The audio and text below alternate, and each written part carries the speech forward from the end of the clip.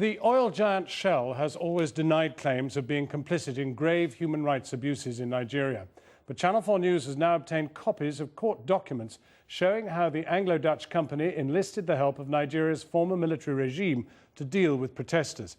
Shell has just agreed a £10 million out-of-court settlement 14 years after 9 protesters, including the author Saro-Wiwa, were hanged by the Nigerian government. The court case in the United States was brought by relatives of the men. Shell said it played no part in the violence and was paying the settlement money as a humanitarian gesture. Sue Turton reports. Indigenous people have been cheated. Saro-Wiwa's fight against an oil giant cast him as a lion of Africa. One man fighting against the might of a multinational. He lost that fight and his life, executed by the state. His protest silenced by the military dictator. Over a decade on, recognition for Saro-Wiwa and his followers in the form of £9.5 million. Although Shell deny this an admission of culpability in their deaths. No company that is innocent of any involvement with the Nigerian military and human rights abuses would settle out of court for $15.5 million. It clearly shows that they have something to hide. Shell's operation in Nigeria is one of its key production lines, but the country has been ruled by a number of military dictators who the company has had to do business with. Saro-Wiwa had mobilised his Ogoni people against the environmental destruction they claimed Shell's vast operations had caused, and against the military regime's failure to pass on any of the benefits of the region's oil. After the campaigners' deaths, their families had waged a 13-year campaign. With no international court to turn to, they found an obscure American law from 1789 that allowed them to take Shell to a federal court in New York, accusing the company of human rights abuses connected with their deaths.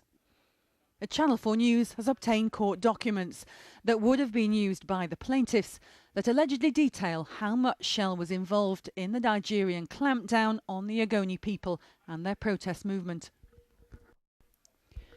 In 1990, Shell sent this letter to a Nigerian police commissioner requesting Mopal's services. After expressing concerns of an impending attack by the local community, Shell's divisional manager wrote, "We request that you urgently provide us with security protection, preferably mobile police force at this location."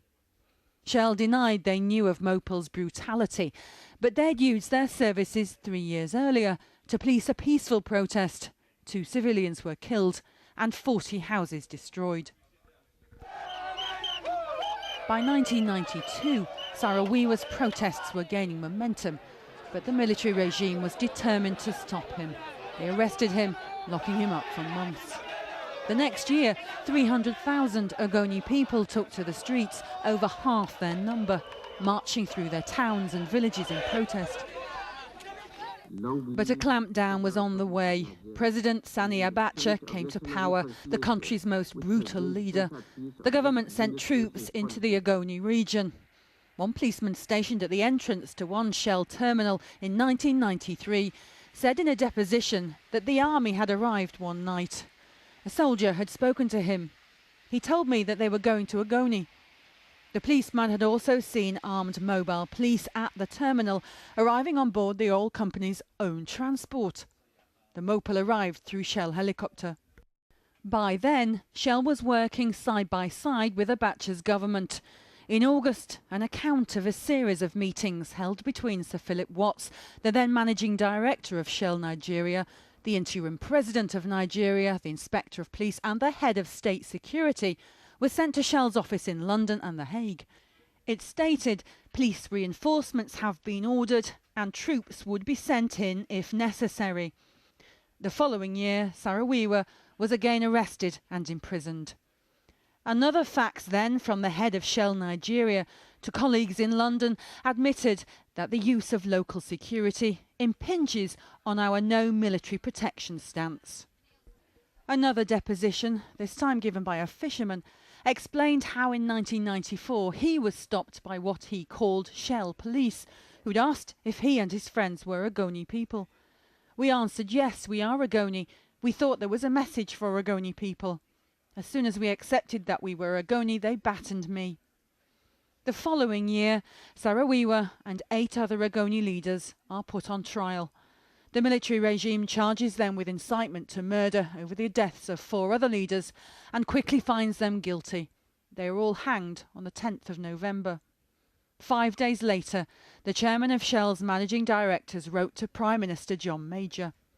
The project will make a major contribution to environmental improvement in the region and is expected to bring important benefits to the local community. Shell has been accused of being in collusion with the military. We emphatically deny such charges. We do not wish for military presence to maintain operations.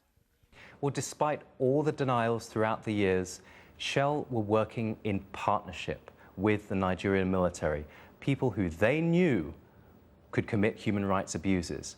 They armed, transported and paid the Nigerian military in the full knowledge that they could go on and commit human rights abuses. It was happening right under Shell's nose and they helped it to happen. Shell today made it clear the settlement was a humanitarian gesture to set up a trust fund to benefit the Ogoni people. Shell has always maintained the allegations were false. While we were prepared to go to court to clear our name, we believe the right way forward is to focus on the future for Ogoni people, which is important for peace and stability in the region. Today, the Niger Delta is riven by conflict and polluted by the oil that should be its lifeblood. But 20 years on, a semblance of recognition for the men who first protested against the desperate injustice and paid with their lives. Sue Turton reporting where we did ask for an interview with Shell tonight, but they declined to put anyone up. Joining us now from New York is Judith Chomsky, a lawyer with the Center for Constitutional Rights, who brought the case on behalf of the plaintiffs. Judith Chomsky, was there not a good chance that if you pushed further and went on with the case, you might actually have won a very much more significant payout? Well, there's always the possibility of a larger award from a jury, but the settlement gives the plaintiffs 2 things. It gives them finality and it gives them certainty. If we had gone to trial, if we were successful in front of a jury, Shell could have continued the litigation for years through processes of appeals and reconsiderations and various motions. This has been 13 years. It weighed heavy on the plaintiffs, and it was time for us to accept a settlement that is very beneficial to the plaintiffs. And the nature of the settlement, I mean, does it do what Shell says they hope it will do, lead in some way to a more peaceful resolution of this issue on the ground in the Delta region, do you think? I mean, what are the prospects? Well, this was a case between 10 individuals and Shell. The issues between Shell and the Ogoni people are all still there. They're all unresolved, and Shell must take steps to reconcile with the Ogoni people.